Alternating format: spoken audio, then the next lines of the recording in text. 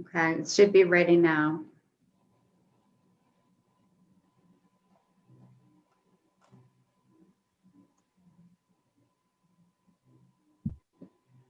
Okay, we're live. We're good?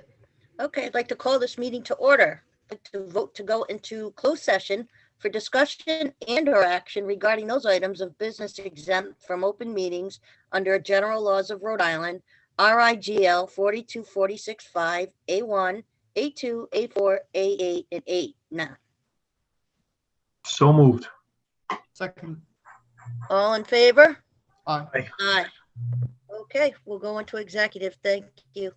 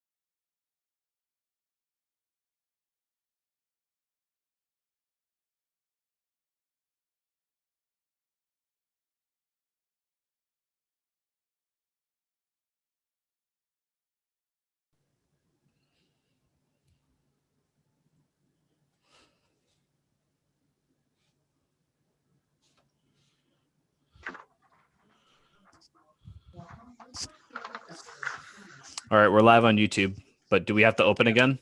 Because it's not, the opening isn't on YouTube.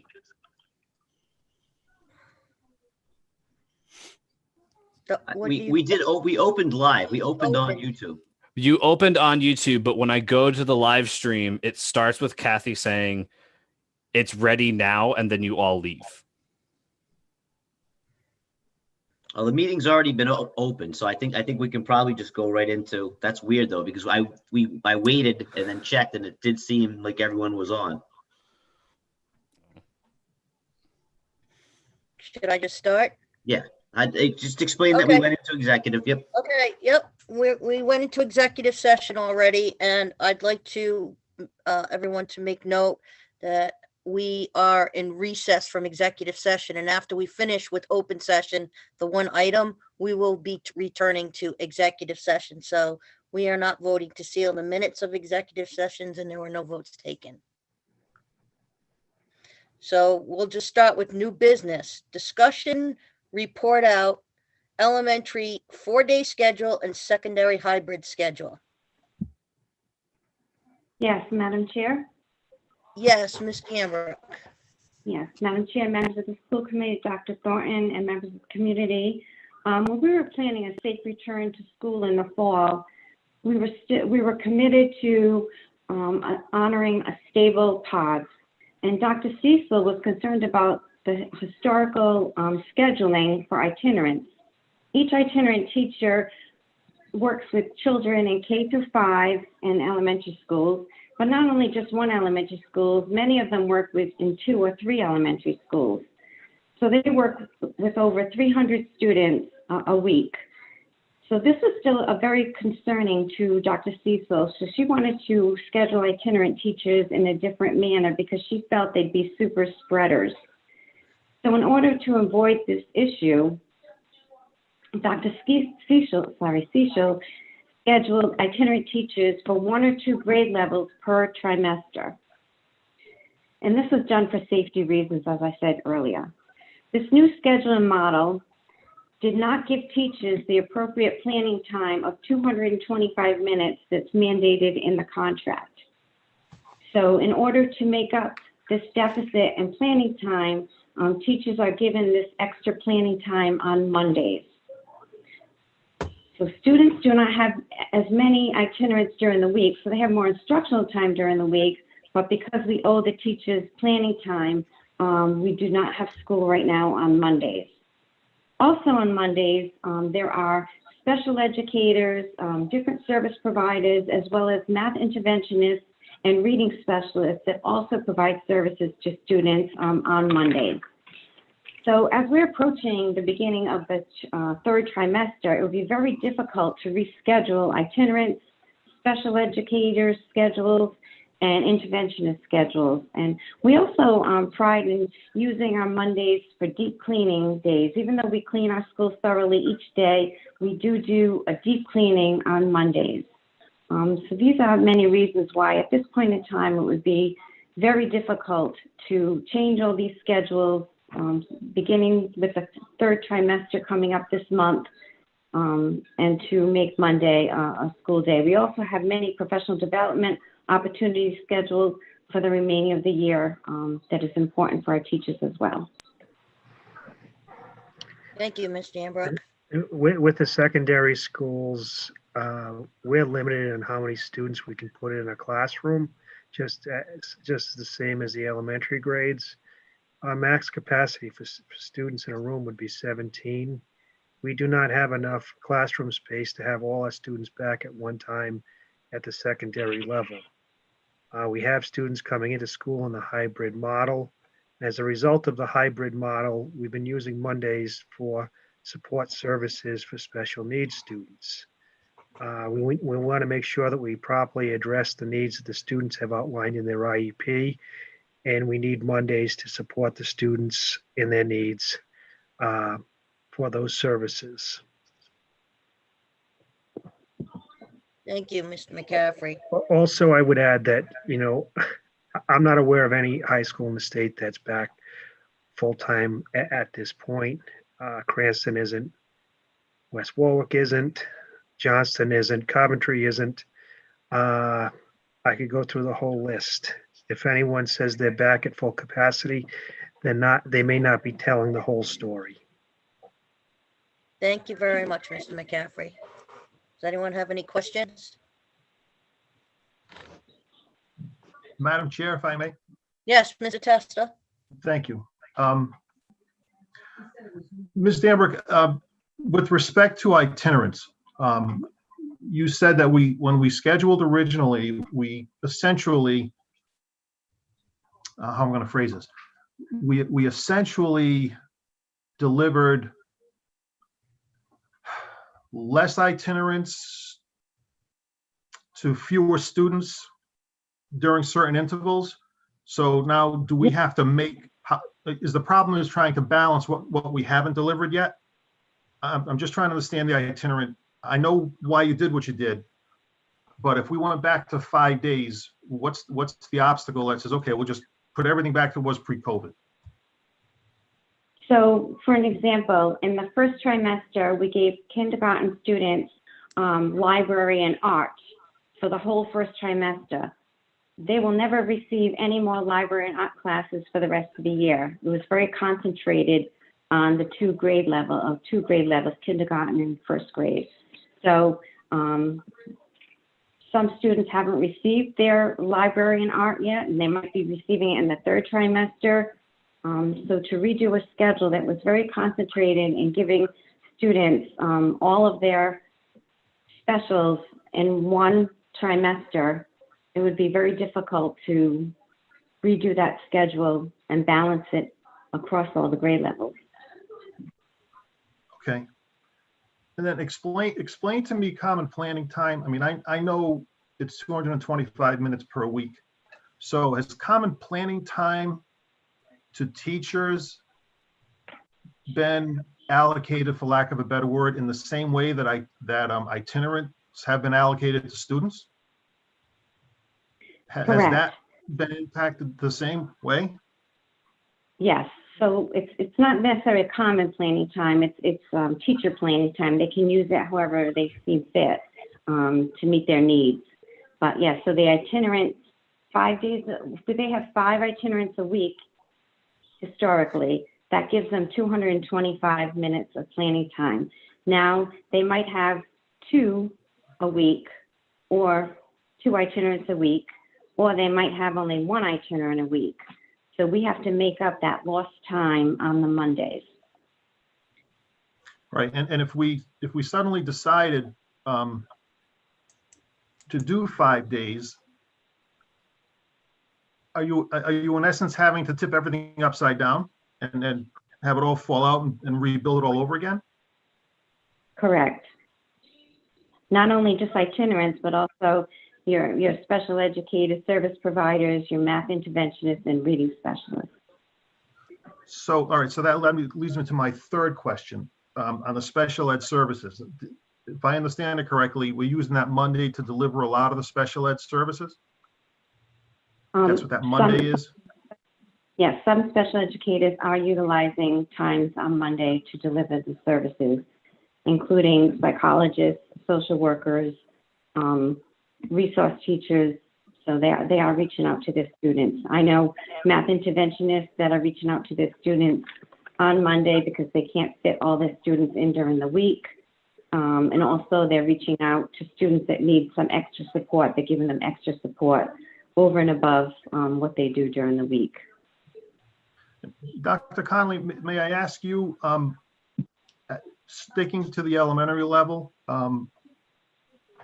from your perspective, what happens in special ed going 5 days? I know Ms. Dammer just explained it to me, but I'm not sure. You're the director of special ed, so you're a little closer to it than Ms. Dammer is.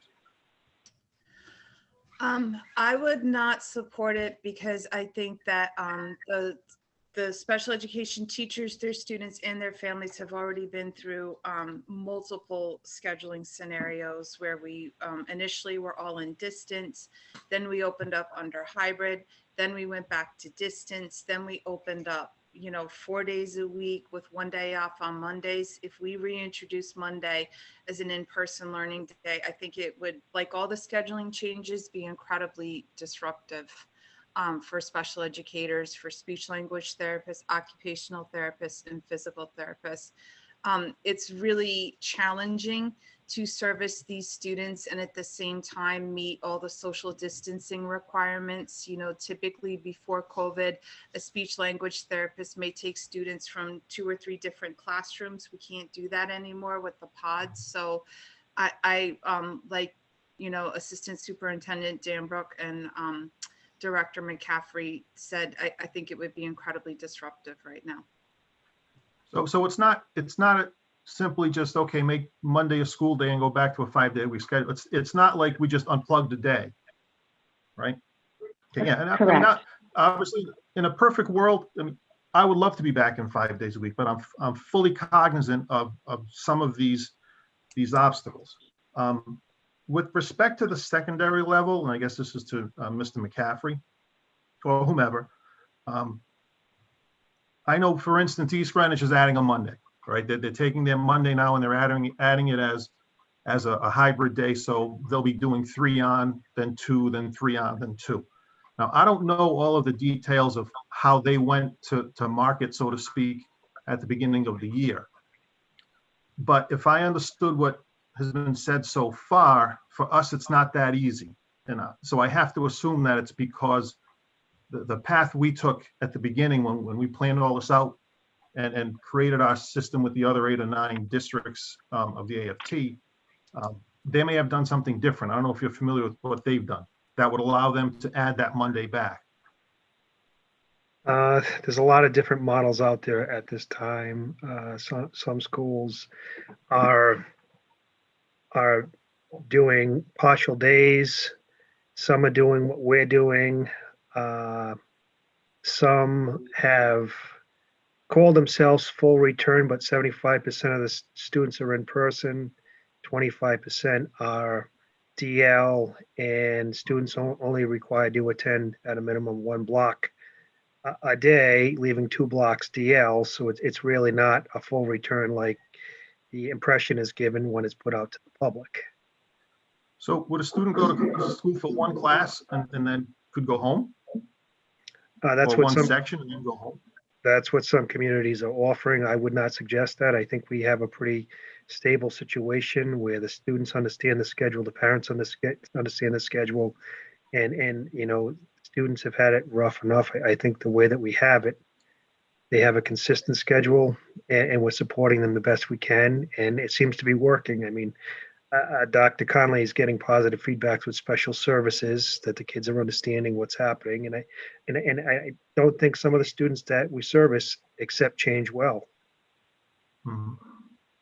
Yeah, well, I just can't fathom even doing a Monday as another day and then making it a partial day for certain students. We don't run buses as it is, so it would be a bigger mess to try to do that because it's all on the parent to get the student home at 10:30 in the morning or whatever time that is, or to school by noontime for the one section that they're going to attend.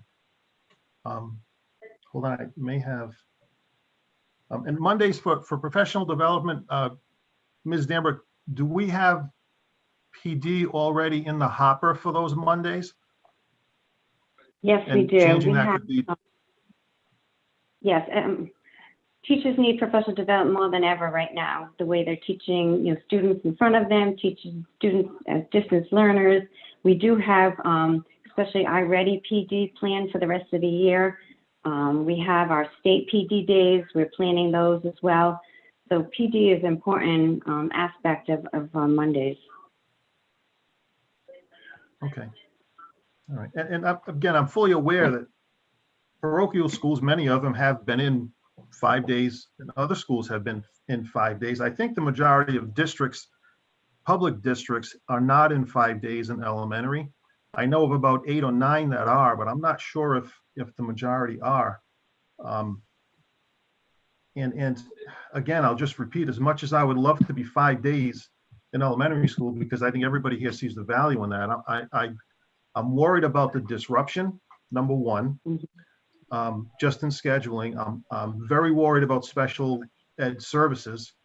I'm probably more worried about special ed services being able to be delivered in that environment and those changes.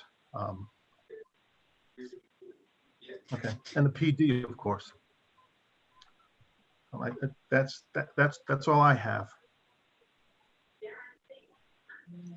Anyone else on the committee?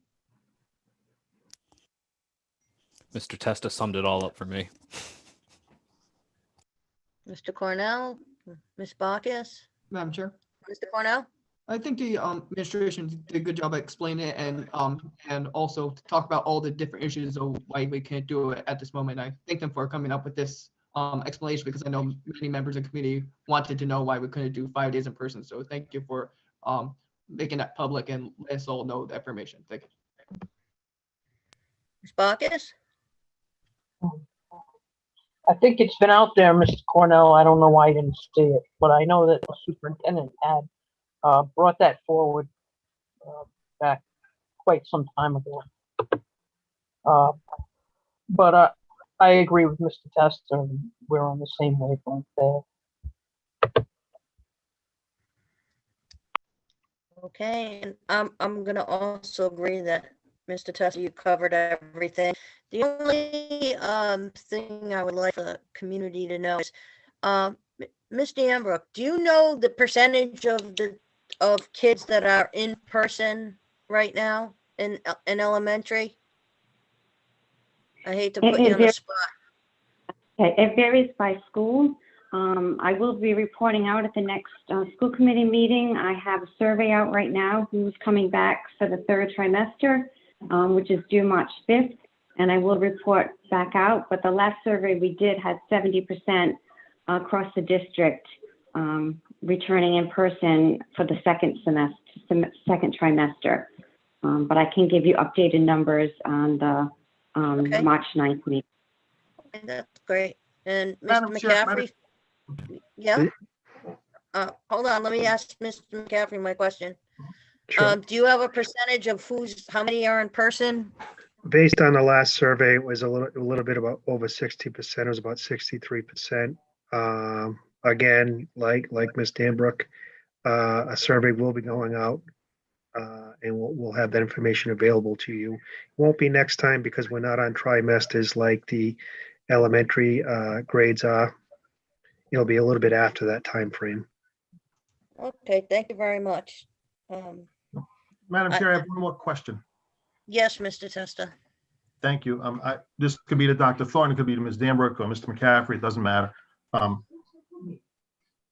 Some of these obstacles, would more people fix them? Just having more staff? So my question is it a question of, with itinerants, for example, right? What if we had to deliver more, if we were able to get more teachers to teach art and whatever the itinerants teach at the elementary levels, does that provide a realistic solution? Never mind the budgetary impact. I'm just trying to see from a strictly functional point of view. If you had another 8 more itinerants at the elementary level, does that change anything? I can go first, then you can all jump in certainly. I think to an extent it could, maybe with art or music, etc. But in terms of special education, service time, that's not going to really help at all. And PD is still PD. So to an extent it could help, but still disruptive and still wouldn't really tackle the special ed question or the PD question. Okay. Madam Chair, Yes. if I may add, we currently are struggling just to get substitutes in the itinerant areas for certified teachers. So we don't even have them available if we wanted to go that route. Thank I didn't you think to very ask much, that. Mr. Thank you, Mr. Gary. You're welcome.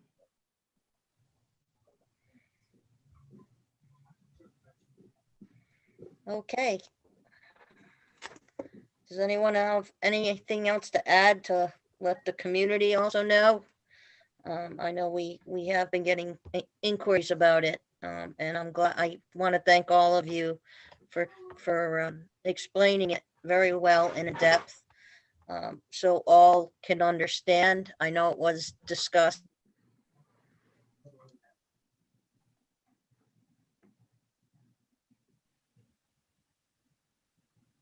Madam Chair, we lost your microphone.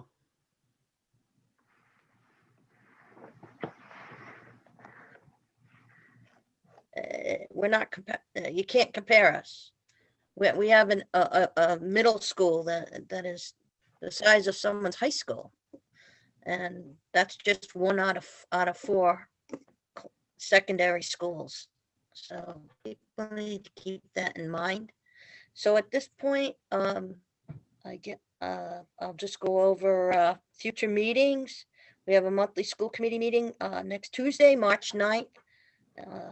And I'd like a motion to adjourn and go back into, Mr. Hennessy? Yeah, Madam Chair, if I could just so the agenda is clear, the committee's going to go back into executive session, but after executive session, you will be coming back into open session just to seal any minutes and to adjourn the meeting officially. Okay, thank you for letting me know that. This is a different scenario. So do I have a motion to go back into executive session? So moved. All in favor? All in favor? Aye. Aye. Okay, I believe we're all supposed to go back on the link or the executive one that we used before. Thank you.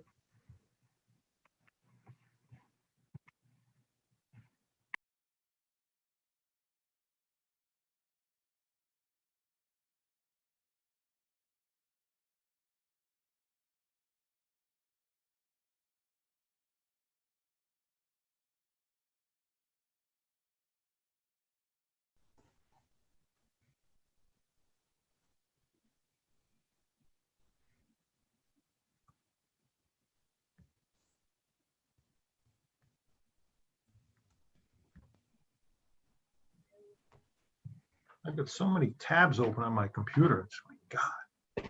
Gotta close some of these things. Jeepers. I'm just trying to close a bunch of them. We're all set. We're on? Mhm. Okay, we're back from executive session.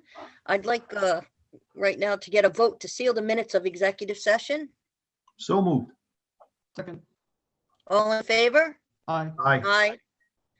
There were no votes taken in executive session, and now can I have a vote to close this meeting? Vote to, move to adjourn. Adjourn. Thank you. Second. Thank you. Have a second? Yeah, second. Oh, okay, wonderful. Okay, all in favor? Aye. Aye. Aye. Thank you very much, everyone.